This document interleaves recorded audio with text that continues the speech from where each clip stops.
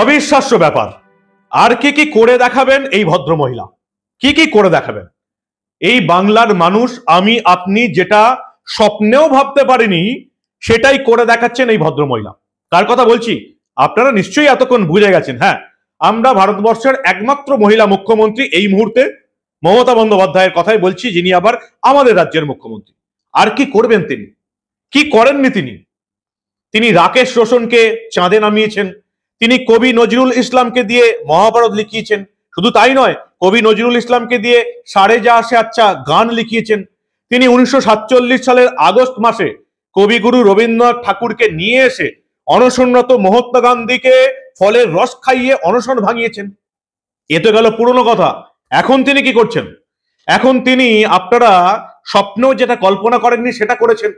ঘটি বাঙালকে মিলিয়ে দিয়েছেন। কখনো ভেবেছেন ইস্টবেঙ্গল মোহনবাগান সমর্থকরা এক হয়ে লড়াই করছে, রাস্তায় নেমে আন্দোলন করছে? কেউ যেটা কোনোদিন স্বপ্নেও ভাবেননি সেটা তিনি করে দেখিয়েছেন। আর আজকে তিনি কি করলেন? তিনি এই রাজ্যের বঙ্গ বিজেপিকে একেবারে মিলিয়ে দিলেন, একাকার করে দিলেন। শুভেন্দু অধিকারী, দিলীপ ঘোষ, সুকান্ত মজুমদার, জগন্নাথ চট্টোপাধ্যায়, অগ্নিমিত্রা পল, কাকে ছেড়ে কার কথা বলবো, অর্জুন সিং, কাকে ছেড়ে কার কথা বলবো, প্রত্যেকে কাঁধে কাঁধ মিলিয়ে আজকে স্বাস্থ্য ভবন অভিযানে গেলেন। যেটা এই বাংলার প্রতিটি বিজেপি সমর্থক এতদিন ধরে দেখার স্বপ্ন দেখেছিল, স্বপ্নেও ভাবেনি এটা হবে, সেটাই করে দেখালেন মমতা বন্দ্যোপাধ্যায়। বিজেপিকে মিলিয়ে দিলেন। এবং তারপরে কি হলো? সরকারটা কি কেঁপে উঠলো? বাকি কি হলো? কি সুন্দরভাবে একেবারে পুলিশের কড়া প্রহর আর টোপকে স্বাস্থ্য ভবনের সামনে পৌঁছে গেলেন বিজেপি নেতা নেত্রীরা। সবটা দেখাবো এই প্রতিবেদন শেষ অবধি দেখুন। আমি মানব, দা নিউজ বাংলায় আপনাদের স্বাগত জানাচ্ছি। কে ছিলেন না আজকের মিছিলে? স্বাস্থ্য ভবন অভিযানে আমরা দেখলাম শুভেন্দু অধিকারী, সুকান্ত মজুমদার, দিলীপ ঘোষ, অগ্নিমিত্রা পাল, রূপা গঙ্গোপাধ্যায়, অর্চনা মজুমদার, অর্জুন সিং, জগন্নাথ চট্টোপাধ্যায়, শ্রমিক ভট্টাচার্য। কে ছিলেন না? বিজেপির, বঙ্গ বিজেপির তাবড় নেতারা আজকে কাঁধে কাঁধ মিলিয়ে স্বাস্থ্য ভবন অভিযানে গেলেন। যেটা দেখার জন্য গত কয়েক দশক ধরে মনে হয় অপেক্ষা করেছিলেন এই বাংলার অগণিত বিজেপির কর্মী সমর্থকরা। আজকে সেটাই দেখে নিলেন। দেখাবো সবটা, তবে তার আগে সেই ভিডিও ফুটেজটা অবশ্যই দেখাবো যেটা এই বাংলার কোনো মিডিয়া এখন অব্দি আপনাদের দেখাতে পারেনি। স্বাস্থ্য ভবনের সামনে পৌঁছে গেলেন বিজেপি নেতা কর্মীরা। একেবারে পাঁচিল টপকে কলকাতা পুলিশকে লেজে গোবরে করে দিয়ে স্বাস্থ্য ভবনের গেটের সামনে পৌঁছে গেলেন বিজেপি কর্মী সমর্থকরা এবং সেখানে মমতা বন্দ্যোপাধ্যায়ের পদত্যাগ চাইলেন। আগে সেই এক্সক্লুসিভ ভিজুয়াল দেখে নিন আপনারা। তাহলে ওর না, তুই জানা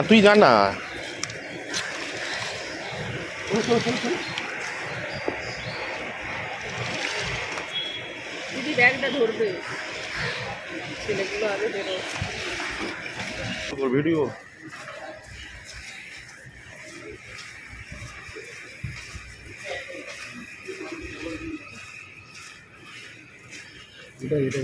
বড় কাছে গেটটা।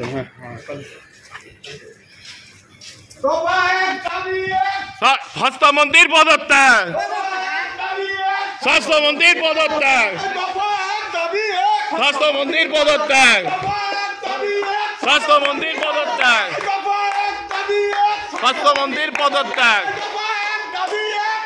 মন্ত্রীর পদত্যাগ, স্বাস্থ্যমন্ত্রীর পদত্যাগ, স্বাস্থ্যমন্ত্রীর পদত্যাগ, স্বাস্থ্যমন্ত্রীর পদত্যাগ।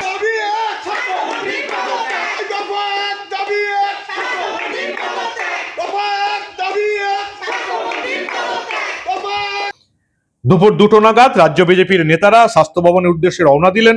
আমরা দেখলাম অনেক আগেই রাস্তার উপর ব্যারিকেড তৈরি করে রেখেছিল, কিন্তু ভিজুয়াল তো আপনারা দেখলেন। কয়েকজন বিজেপি কর্মী সমর্থক একেবারে পুলিশের চোখে ধুলো দিয়ে সোজা স্বাস্থ্য ভবনের গেটে। বাকি আন্দোলনেও কিন্তু অসংখ্য মানুষের জমায়েত হয়েছিলেন এবং শুধু এটা বিজেপির আন্দোলন বলে মনে হলো না, মনে হলো সাধারণ মানুষ, অন্যান্য যারা কর্মী সমর্থক বা অন্যান্য ফিল্ডের মানুষ তারাও কিন্তু যোগদান করেছিলেন। ফলে হাজার হাজার মানুষের আজকে সমাবেশ দেখলাম। এক ঝলক দেখেনি আজকের বিজেপির আন্দোলনের সেই ছবি যেটা কাঁপিয়ে দিল নবান্নকেও।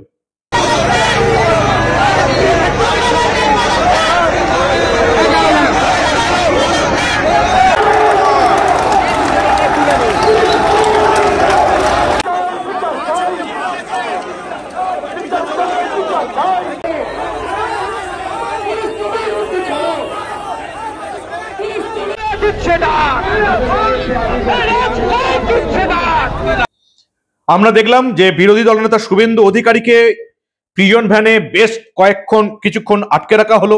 তারপর গ্রেপ্তার হওয়া বিজেপি কর্মী সমর্থকদের সঙ্গে সবাইকে নিয়ে চলে যাওয়া হলো একেবারে বিধাননগর পুলিশ স্টেশনে, এবং সেখানেও পুলিশ স্টেশনের মধ্যেও তারা স্লোগান দিলেন। বিজেপির মধ্যে মনে হলো আজকের দিনটার পর কেমন একটা নতুন জোশ চলে এসছে।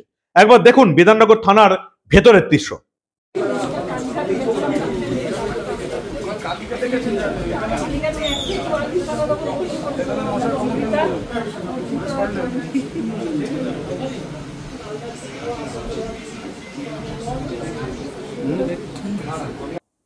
নেতা নেত্রীরা কি বললেন আজকে? আমার কথা না শুনে বিজেপির নেতা নেত্রীরা কি বললেন ছোট্ট করে একবার শুনে নিন আপনারা। মমতা ব্যানার্জি খালি মুখ্যমন্ত্রী থাকার জন্য আছেন নাকি মানুষ সুশাসন পাবে, জাস্টিস পাবে? ধীরে ধীরে সমস্ত বিভাগ প্রশাসন থেকে আরম্ভ করে সুরক্ষার ব্যবস্থা, ইনকোয়ারি সবই যদি কেন্দ্রের আর সংস্থাগুলো চালায়, তার রাজ্যটা আছে কেন? এত কোটি কোটি টাকা দিচ্ছে কেন এদেরকে? আর এই ধরনের রাজ্য থেকে লাভ কি আছে? সরকারটাকে সরিয়ে দেওয়া হোক, সরকার পুরোপুরি কেন্দ্র সরকার হাতে নিয়ে নিক।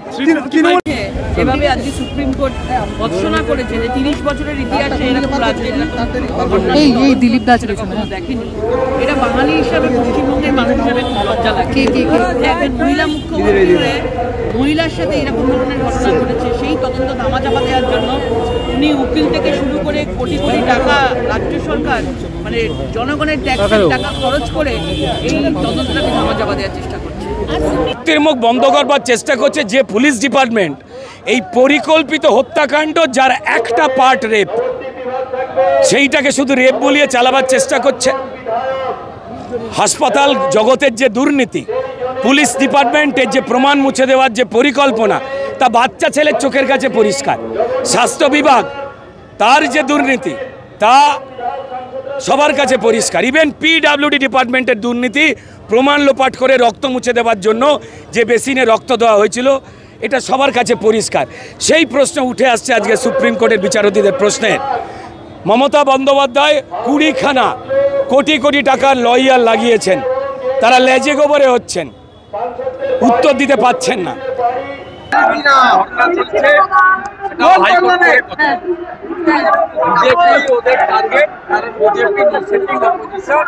আর পশ্চিমবাংলার মানুষের তৃণমূলের বিকল্প হিসেবে একমাত্র পছন্দের দল হচ্ছে বিজেপি।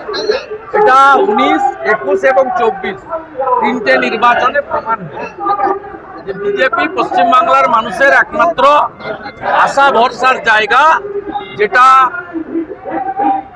অন্য কোনো রাজনৈতিক দল অর্জন করতে পারেনি। তাই তৃণমূলের টার্গেট হচ্ছে বিজেপিকে রোখা। কলকাতা পুলিশের কাজ করুক, আমরা বিজেপির সৈনিক, আমরা আমাদের কাজ করব। আমরা কি করব কলকাতা পুলিশ দেখে নেবে। তবে আজকে একটা অদ্ভুত দৃশ্য দেখলাম, পুলিশের মধ্যেও কোথাও যেন একটা সেই বীরত্বের অভাব, যেটা পুলিশ এই রাজ্যের বিরোধী দলগুলো দেখলেই ঝাঁপিয়ে পড়ে, মারধর করে, জল কামান চালিয়ে দেয়, যেটা আমরা বিজেপির নবান্ন অভিযানের সময়ও দেখেছি। সেই কোথায় যেন একটা কিছু অভাব বোধ করলাম অন্তত বিধাননগর পুলিশের কাছ থেকে, কলকাতা পুলিশের কাছ থেকে। পুলিশও কি বুঝতে পারছে যে কত বড় একটা ভয়ঙ্কর কাণ্ড ঘটে গেছে, এবং রাজ্য প্রশাসন, পুলিশ সেটাকেই আড়াল করার চেষ্টা করেছে, যেটা প্রমাণ হয়ে গেছে কলকাতা হাইকোর্টে প্রধান বিচারপতির এজলাসে, যেটা প্রমাণ হয়ে গেছে সুপ্রিম কোর্টে প্রধান বিচারপতির এজলাসে। পুলিশও মনে হয় বুঝতে পারছে যে কত বড় অন্যায় কাজটা মমতা বন্দ্যোপাধ্যায়ের পুলিশ আজকে করেছে। কয়েকটা স্লোগান দেখুন এই প্রতিবেদন শেষ করার আগে, কয়েকটা খুব বিখ্যাত হয়ে যাওয়া স্লোগান।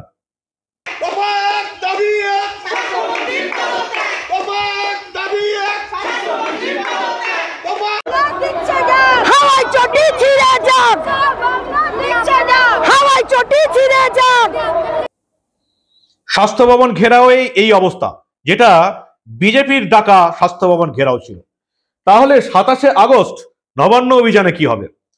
ইতিমধ্যেই মমতা বন্দ্যোপাধ্যায় ভয় পেয়ে তাদের আইনজীবীদের দিয়ে, কপিল সিব্বলকে দিয়ে সুপ্রিম কোর্টের প্রধান বিচারপতি DY চন্দ্রচূড়ের বেঞ্চে অ্যাপিল করে দিয়েছেন, আবেদন করে দিয়েছেন যে আমাদেরকে সবকিছু জানানো হোক, রাজ্য সরকারের অনুমতি ছাড়া যেন নবান্ন অভিযান না হোক।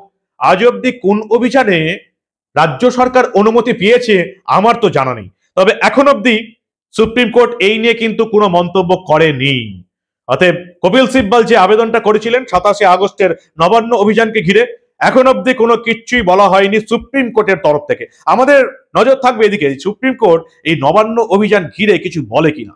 নবান্ন অভিযানের ডাক দেওয়া হয়েছে, স্বাস্থ্য ভবন অভিযানেই যদি এই কাণ্ড হয়, তাহলে নবান্ন অভিযান, যেটা বিজেপির ডাক নয়, যেটা মানুষের ডাক, ছাত্র সমাজের ডাক, এবং যেখানে ছাত্রদের সঙ্গে সঙ্গে গোটা বাংলার মানুষের উপস্থিতি দেখার জন্য তৈরি হয়ে আছে গোটা বাংলা, সেদিন কি হবে সেটা দেখার জন্যই তো আমরা তৈরি হয়ে আছি।